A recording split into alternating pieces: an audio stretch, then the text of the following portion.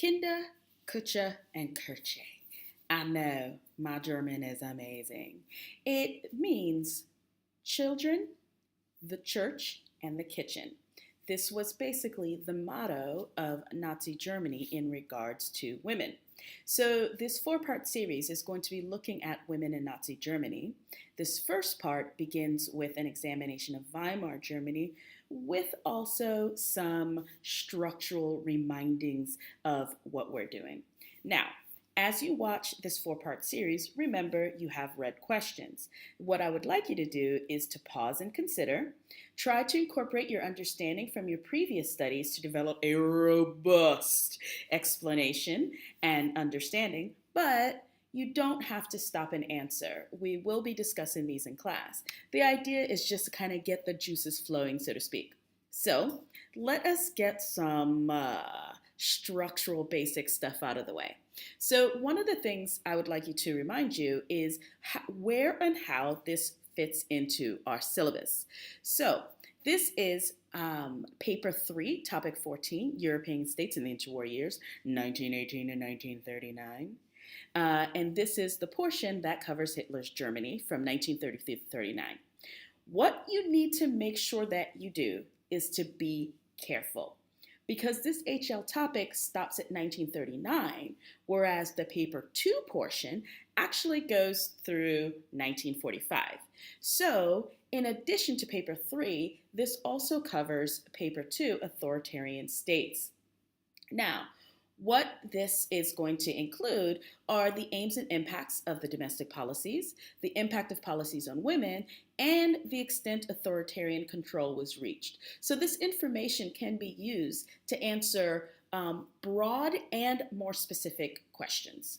Now, I would like to remind you a little bit about our conceptual lenses. So we're talking about continuity and change, historical significance, cause and consequence, evidence, and historical perspectives. So these are the different ways that we need to be able to manipulate our knowledge so that we have a holistic understanding of what's going on through history. And first, continuity and change. So here, as you go through this video, consider the ways that women's lives changed under Hitler, and in what ways was this a continuation of the situation that existed previously. What you really want to do here is really consider the context and the culture, and considering the extent that it changed for women with Nazi policies. And next, significance. So here in significance, what you really want to look at is what the discussion reveals about the role and status of women in society. So in this case, looking at the policies helps to shed some sort of understanding on life and how this actually still bears on contemporary life. So what we're saying is that this is giving us a bigger picture of the human condition then and now. Which brings us to cause and consequence. So here, we want to look at why events happen, what are the impacts of these events. So consider that the domestic policies regarding women is actually an interplay between Hitler and Nazi ideology and the social, political, economic, and cultural conditions in which the actors operate. One of the things you want to be careful about is when thinking about the actors and influences in this scenario, don't forget that women were actors too. And now, l'évidence. We're actually going to talk a little bit more about the evidence in class, but kind of consider where this information is coming from and how you're interpreting this information regarding women. Which brings us to les historical perspectives. When you're looking at the perspectives, you're looking at the points of view of the historical actors. You're trying to understand how people thought and felt at this time and what would have influenced those thoughts and feelings. So this is going to actually be based on the evidence. And so one of the best ways to do this is to consider the historical context. And so looking at these perspectives is going to help us to understand how or why events unfolded as they did. Which brings us to les learning objectives for this whole four-part series. What I would like you to be able to do here is to understand the social political position of women during the Weimar Republic, to understand the ideological underpinnings of the Nazi view of women, to know the policies that were actually enacted that affected women, and then also to analyze the impact and success of these policies. So for this whole first video, you don't have to consider all of them because it's really just looking at one part. And so the objectives for this one is to understand the social and political position that women had during the Weimar Republic. And this is going to help us to understand some of that continuity and change. And so here, let's talk about Weimar Germany. Now, in Weimar Germany, women saw gains socially and politically. And this was really a result of the progressive and more equal climate of the Republic.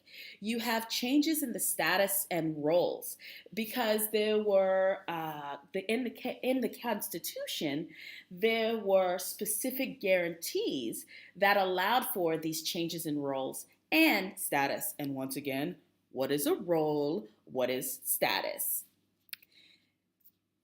One of the things that the Weimar Constitution provided for was equality before the law. Women had the right to vote, and the result was 111 women were elected to the Reichstag.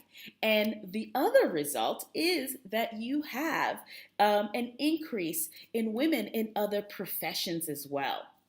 You also have Article 109, which meant that men and women have the same fundamental civil rights and duties. Furthermore, you also have more social organizations, political organizations that fought for the protection of women, like the League for the Protection of Women, also known as the BFM.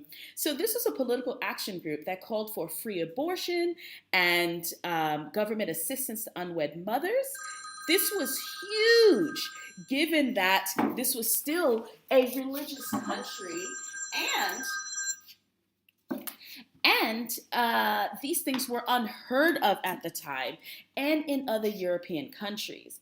At this time, what they're trying to change is the social stigma and punishment that existed for unmarried women. And furthermore, abortion was illegal. Also, consider that such a group could act openly points to the increased liberalism of the climate. One of the things you also have happening are changes to fashion. You have more adventurous styles that offered greater freedom of movement, and the clothing was less conservative. You also have these increased social opportunities. Part of the reason why that existed is that because of the deaths in World War I, you had an unbalance in the population, and you had 2.8 million more women as a result of the war casualties.